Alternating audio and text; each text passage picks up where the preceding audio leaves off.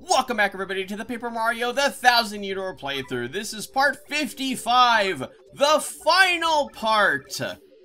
If you can believe it, because I certainly cannot. It's been a long road, almost 3 years, and we are finally at the end of this playthrough. It's pretty mind-blowing. So, before we get to seeing what is going to be on that very final floor, floor 100, I'm going to be doing some badge maintenance here. I'm just switching things up. Oh, I had equipped the quick change badge because the walkthrough wanted me to do a very specific sort of strategy, which, of course, involves Goombella. I like how when I switched out to her, she was also sleeping. Here we go. Floor 100. Wow, what a surprise! It's another dragon. So, of course, floor 100 would have a boss fight. And it wouldn't be just, you know... Oh, hello. It just wouldn't be the 1000-Year Door without... Good lord, Goombella. That was rude. Without more dragons. We've got 2 so far, this makes 3. So this is actually Bonetail. And Bonetail is actually related to, well... Hooktail and Gloomtail, if you can believe it.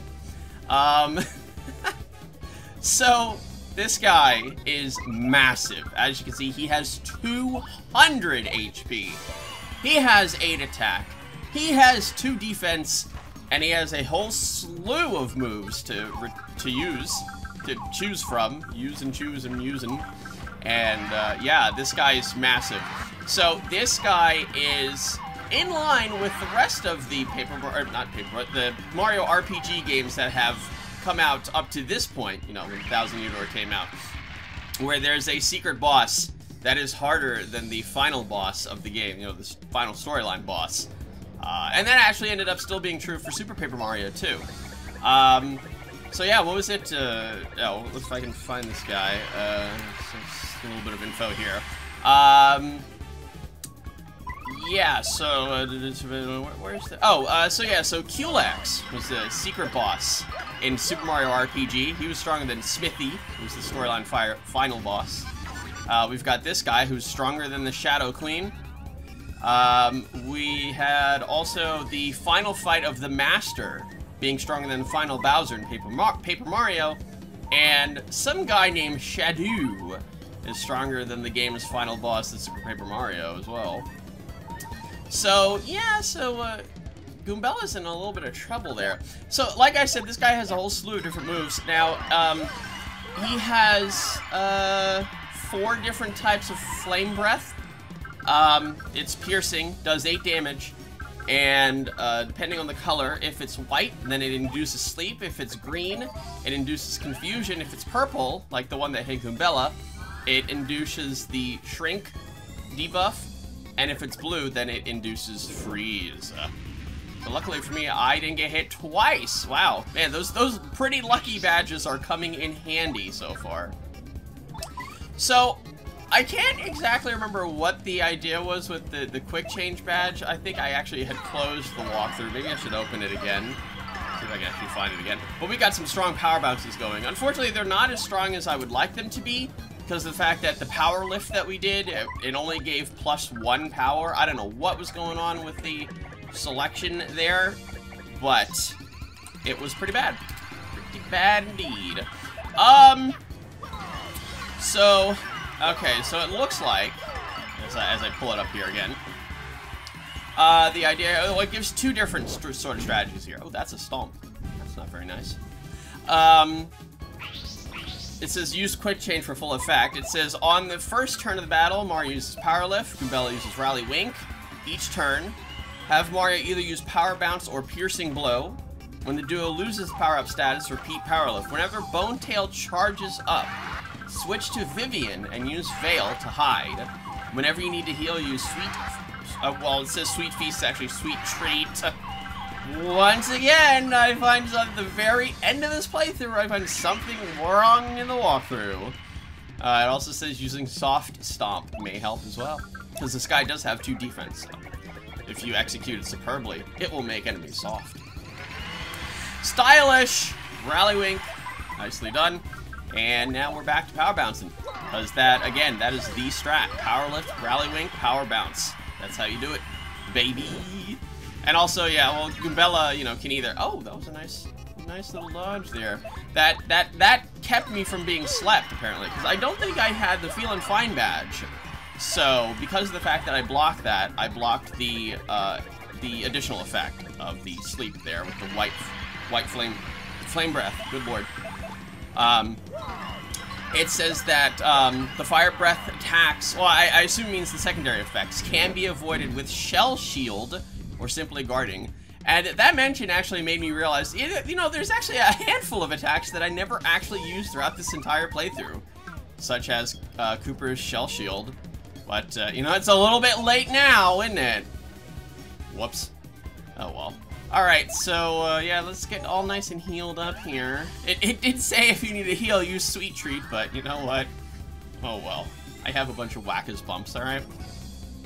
Maybe it meant that, you know? Maybe it meant if you don't have any more items, you know, any more reliable healing items, then, you know, just go ahead and use... Oh, wow, I'm using the power-up punch. Wow, I completely forgot about that.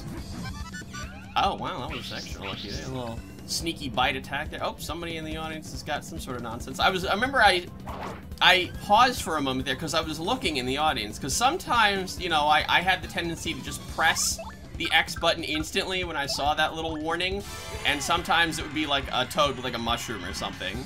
So I was definitely looking out, making sure that whatever it was that was being held in the audience was in fact a bad thing. And it was. It was rough. Very rude. Very nice, rude. Alrighty then. So it says that Bonetail is stronger than Hooktail and Gloomtail, surprisingly. Bonetail can also restore 20 HP when it has lower HP, but I don't think it does that in this battle. Well, spoilers. Bonetail actually has the same attack and defense as Gloomtail, but it also has the added buffs throughout the fight, as well as the much higher HP than what Gloomtail had. Alright then, power bounce, and what do we got here? Is this going to be the end? No. Kind of fell off there. Oh, hello, Aru. He didn't, oh, see, he didn't heal himself there. Oh, pooples.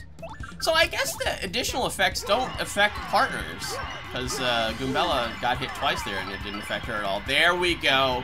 Now that's how it's done, baby! And that is the finale of this game. Oh, wow, thank you so much. A whole 1-star point. How generous. Very, very generous.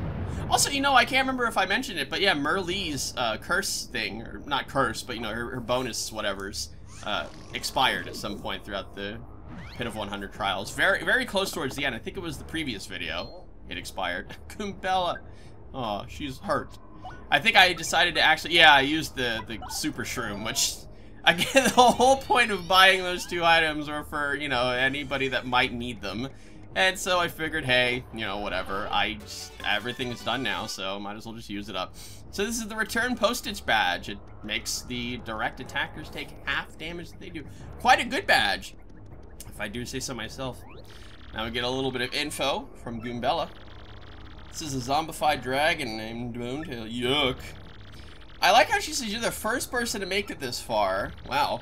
So that's actually interesting because I had read that the Pit of 100 Trials was created by the Shadow Queen as a way to like just punish people that she didn't like, and she just throw them into the Pit of 100 Trials.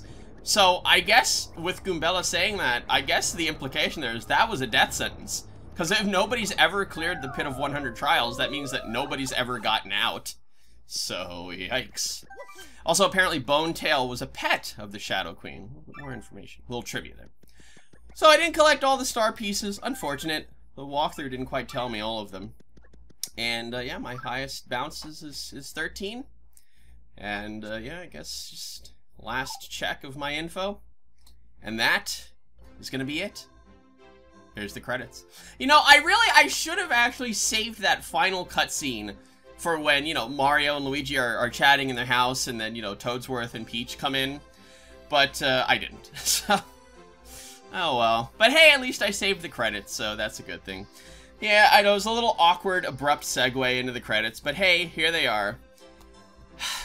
And that's the end of this playthrough. Wow. Oh boy. So, like any good Mario game, all these little pictures are giving us some memories, harkening us back to good moments in this game, like meeting Cooper. And so, yeah, I guess I'm gonna just go ahead and start signing out here. Wow, what a huge, huge, huge journey this was. I had 3 years, almost 3 years. I gotta be very, precise about these things, very clear. But yeah, wow. I know, and again, and I've apologized for it, in the recent parts, when I came back and started doing the videos more frequently.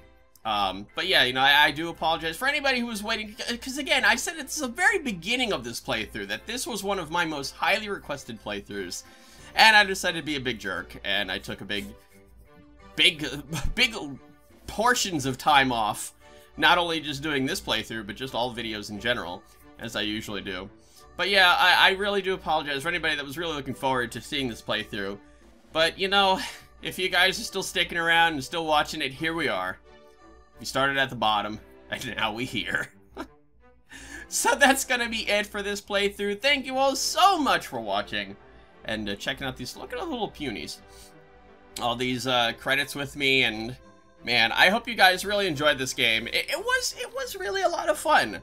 I can't remember if I mentioned it, but yeah, when I had lost my save file the first time and I had to redo, like, the first, like, 3/4 of the game, I definitely got, more respect for the game. I thought it was going to be, like, a huge grind, and it was going to be a big chore, and I was going to really hate, having to go through the same stuff all over again.